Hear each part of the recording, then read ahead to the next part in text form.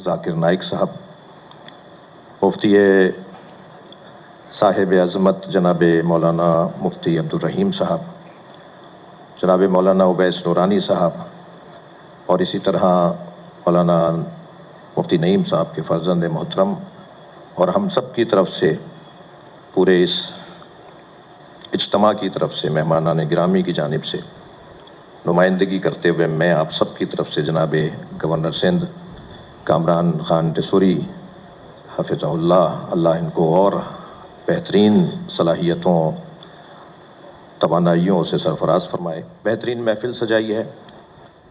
مولا علی علیہ السلام نے اپنے دونوں فرزندان مولا امام حسن اور حضرت امام حسین علیہ السلام کو وصیت فرمائی، اوصیکما وجمیع ولدی واہلی ومن بلغ کتابی بتقوی اللہ ونظم امرکم کونا للظالم خصما وللمظلوم عونا۔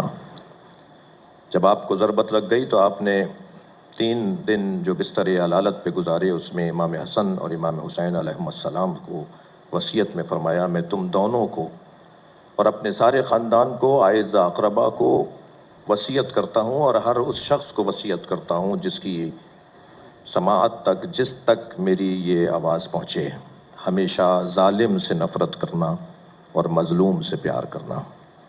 اس وقت عالم اسلام جن مسائل کا اور جن میدانوں کا مقابلہ کر رہا ہے، وہ سب سے بڑا مسئلہ فلسطین ہے۔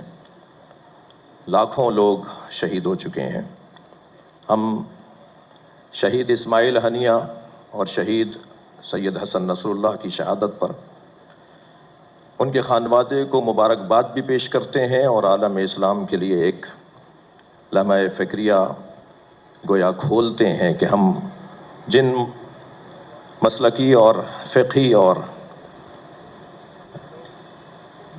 مختلف تاریخی حقائق کو بیان کرتے ہوئے اس بات کا خیال اگر نہ کریں کہ اس سے جو اعلیٰ اور عرفہ مقاصد کو ٹھیس پہنچتی ہے، تو یقیناً وہ امت کے لیے مفید نہیں ہے۔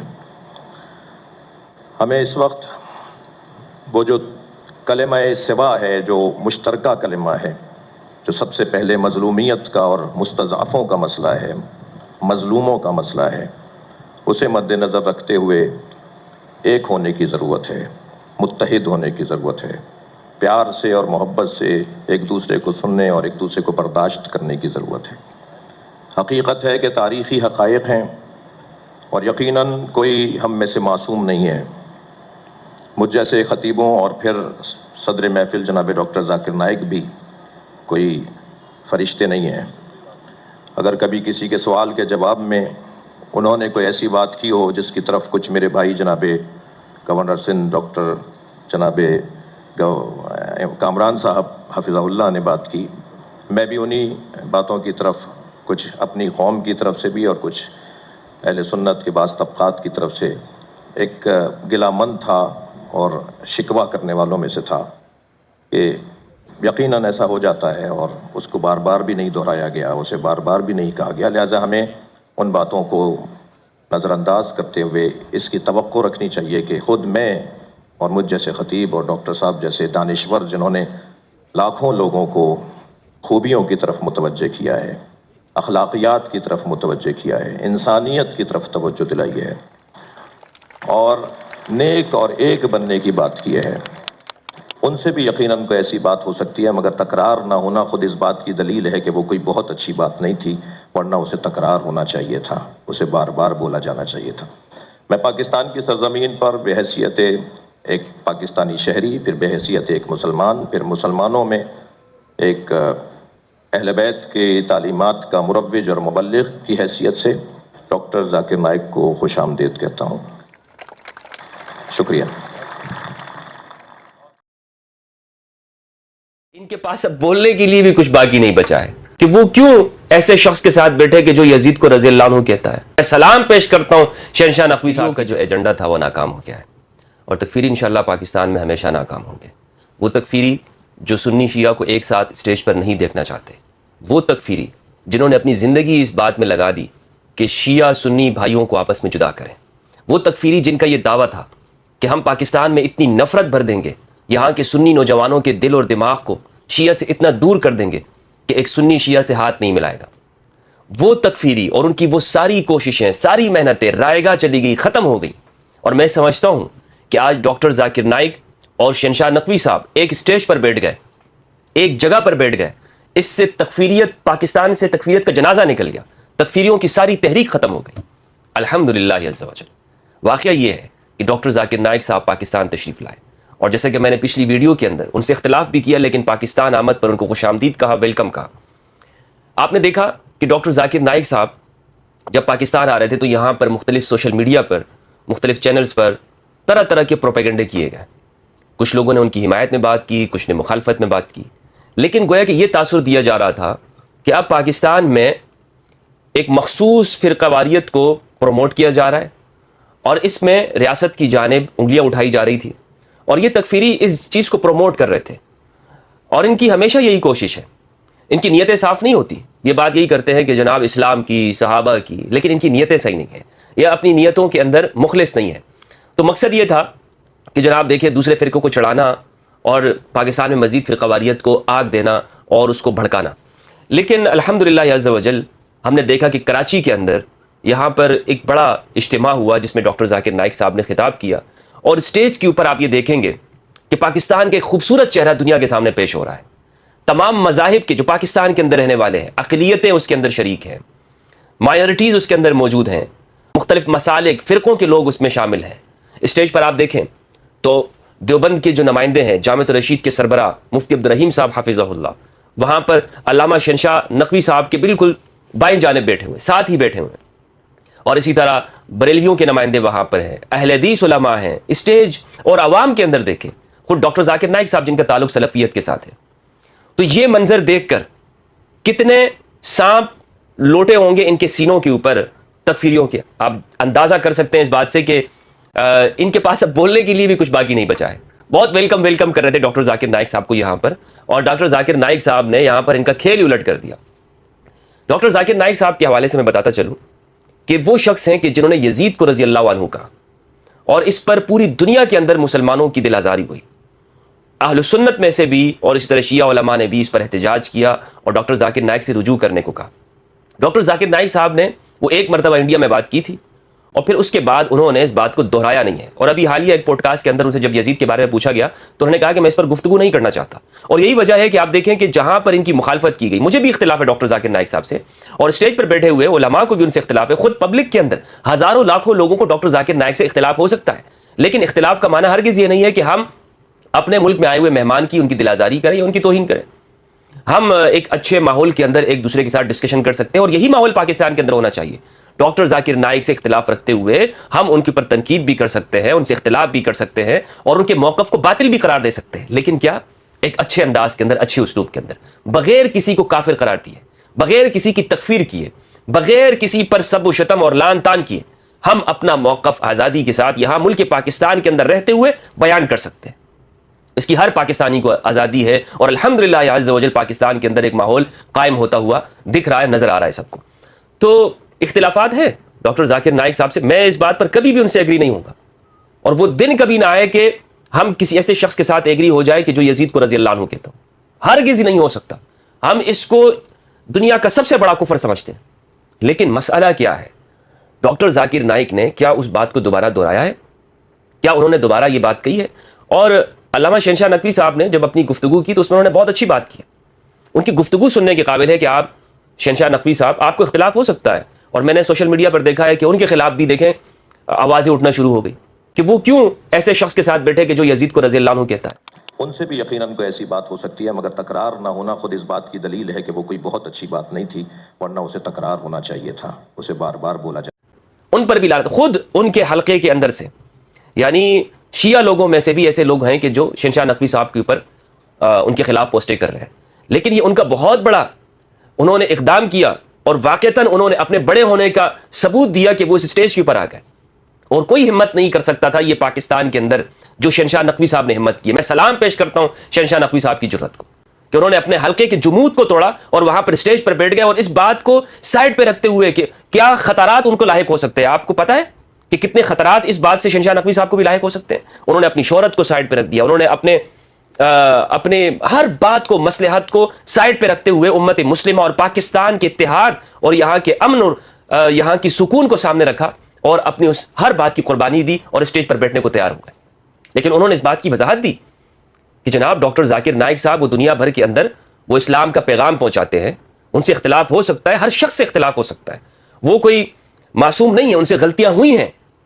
کتنی بڑی بات کی ہے شہنشاہ نقوی صاحب نے.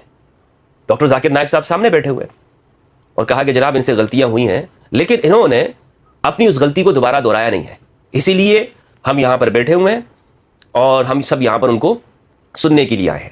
اسی طرح مفتی عبدالرحیم صاحب کو دیکھیں آپ, اب تکفیری ان کے لیے کئی طرح سے مشکلات سامنے آ گئی ہیں. وہ مفتی عبدالرحیم صاحب کو کیا جواب دیں گے؟ ان کی تو بڑی کوشش تھی کہ مفتی عبدالرحیم صاحب کو بھی اپنی اس تکفیری سرگرمیوں میں شامل کرے. میں سلوٹ پیش کرتا ہوں جامعۃ الرشید کے سربراہ استاد محترم مفتی عبدالرحیم صاحب حفظہ اللہ کو کہ وہ وہاں پر بیٹھے, اور میں ہمیشہ امید کرتا رہوں گا مفتی عبدالرحیم صاحب سے کہ وہ اس طرح کی نشستوں کو جامعۃ الرشید کے اندر بھی منعقد کرائیں گے. اور پہلے بھی انہوں نے, جو ایران سے وفد آیا تھا علماء کا, انہوں نے وہاں پر انوائٹ کیا اور اس طرح انہوں نے کوششیں کی ہیں. یہ ان کی جانب سے ایک بہت بڑی بہترین کوشش ہے کہ وہاں پر یہ بیٹھے ہیں. اب تکفیری دیکھیں, وہ اپنے دیوبندی علماء کے ان کو بھی جواب دینے کے قابل نہیں رہے. مفتی عبدالرحیم صاحب شیعہ علماء کے ساتھ بیٹھ گئے, اسی طرح ڈاکٹر ذاکر نائک صاحب شیعہ علماء ہاتھ میں ہاتھ دیے وہاں پر ایک اسٹیج کے اوپر موجود ہیں اور دنیا کو یہ بتا رہے ہیں کہ اسلام کا مقدمہ جب ہوگا تو ہم سب ایک ہوں گے انشاءاللہ عز و جل. ہم میں کوئی فرق نہیں ہے, ہم میں اختلافات ہیں, ہم ایک دوسرے کے ساتھ نظریاتی اختلاف رکھتے ہیں, عقائد کے ہیں, اصولی اختلافات ہیں, اور جہاں پر ہمارے نظریات کی بات ہوگی وہاں پر ہم ہمیشہ اہل البیت کے ساتھ کھڑے ہوں گے.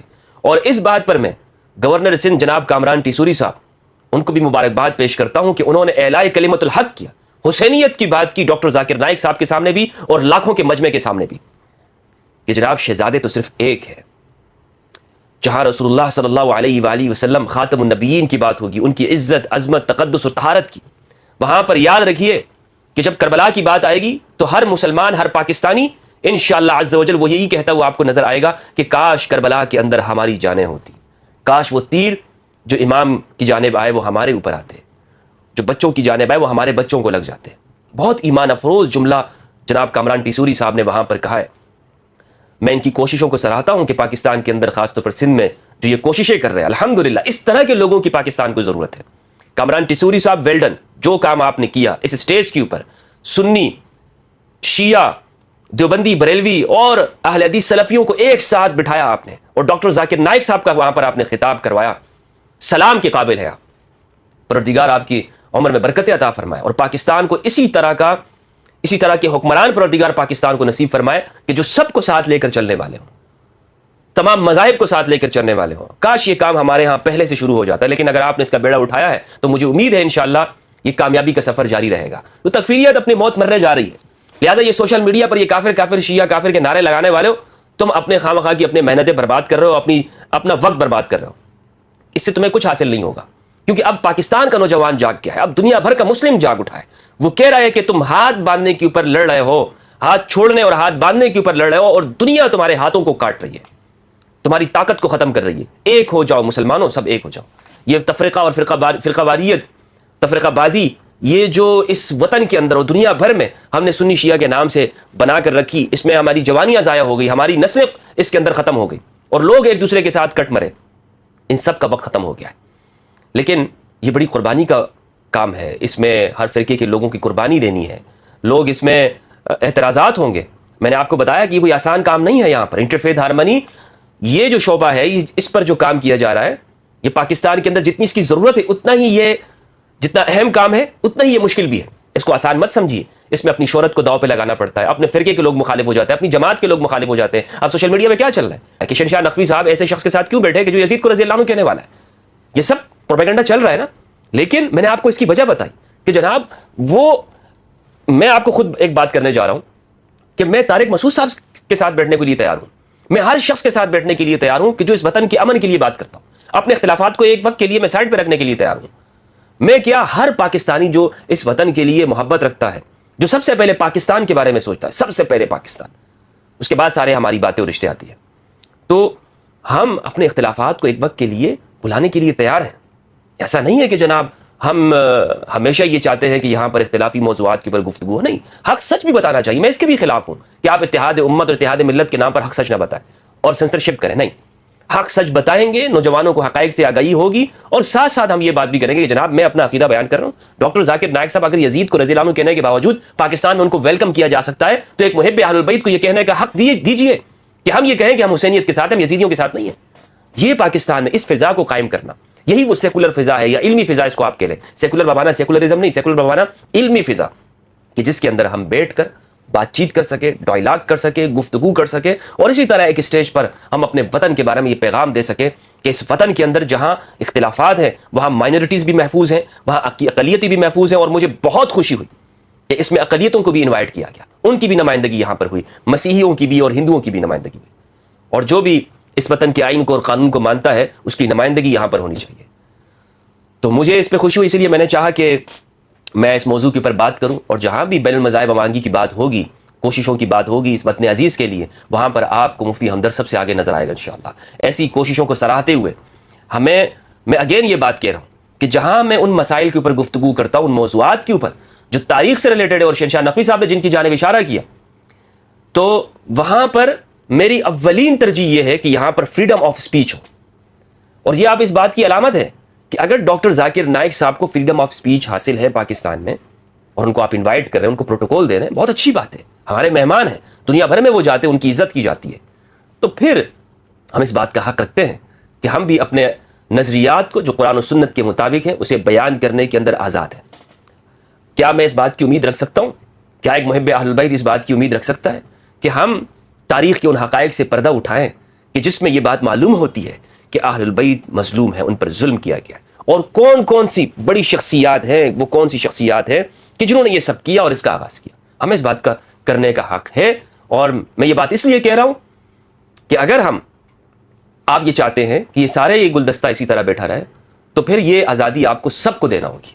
لیکن اس میں ایک شرط آپ لگا سکتے ہیں کہ احترام کے ساتھ بات کی جائے, اور ہم اس بات کے قائل ہیں کہ جناب احترام کے ساتھ ہو, کسی کے اوپر طنز تحقیر نہیں ہونی چاہیے, مقدس شخصیات کے اوپر ان کے اوپر لعن طعن نہیں ہونا چاہیے, ٹھیک ہے. لیکن بات کرنے کے اوپر پھر آپ پابندی نہیں لگا سکتے, پھر آپ کو اجازت دینی ہوگی, پھر آپ کو کہ دوسرا فرقہ بھی, دوسرے لوگ بھی اپنے عقائد و نظریات کو کھل کر بیان کر سکیں. پروردگار سے دعا ہے کہ پروردگار اس وطن عزیز کے اندر امن قائم رکھے, اور یہاں پر سنی شیعہ ان دونوں کو آپس میں اسی طرح متحد رکھے کہ جس طرح یہ اسٹیج کے اوپر ہے پورے عالم اسلام کو متحد رکھے. آمین یا رب العالمین. اور پروردگار ہم سب کو یہ توفیق عطا فرمائے کہ ہم اہل البیت کی معرفت حاصل کریں, اہل البیت کے بارے میں جاننے کی کوشش کریں. یاد رکھیں, میں آخری جملہ کہنے جا رہا ہوں کہ دنیا کی ہر کوشش رائے گاہ اور بیکار ہو سکتی ہے, لیکن اگر امن کا فارمولہ ہے تو وہ صرف اہل البیت کے پاس ہے.